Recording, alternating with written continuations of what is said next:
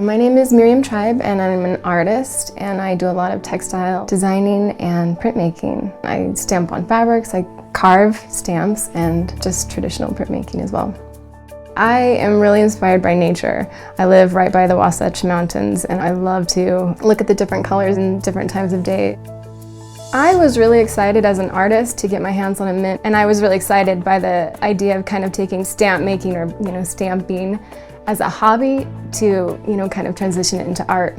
In printmaking they call them blocks, but I was really excited to create multiple stamps or blocks that I could layer on top of each other and create something that had a lot of color, a lot of detail, really precise lines that are really difficult to get when you're carving. I started out with just a sketch, and then I just used tracing paper to go over the base colors. And then I traced it again, really outlining all the defining lines and the pattern.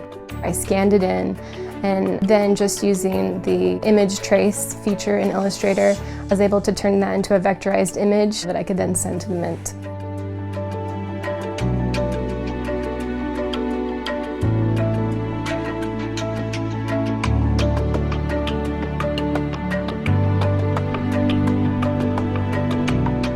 There was two colors, actually three colors, that were very close to, together. So to get the ink on just those precise lines, I actually used a pin, a sewing pin, and then I kind of dipped it in there and then carefully differentiated just at the points where the colors met each other.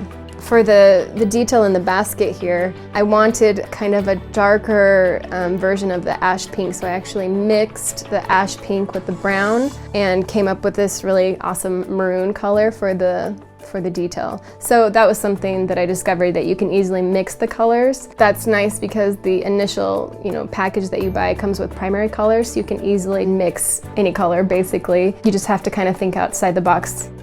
In my initial design, I had thought that it would require 8 blocks. So I have 8 blocks here. But then once I became more familiar with the mint, I discovered that you can put many colors on one block. And so in the end, I actually only used 2 to create the art. I was thrilled with the end result. It was really vibrant and fun, legitimately a little piece of art. I'm totally gonna frame the little pear that I did, and I showed it to a friend and she was amazed that I did it with the mint and stamps, so I was really happy. A lot of people who might not be interested in getting carving tools or printing plates could really easily create a really beautiful piece of art. It took me a long time to call myself an artist, and part of that was just being able to jump into the creative field.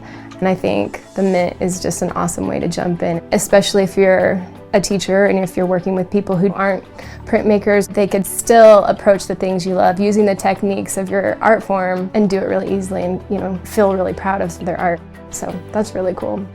The mint is capable of some really high precision in color as well as design.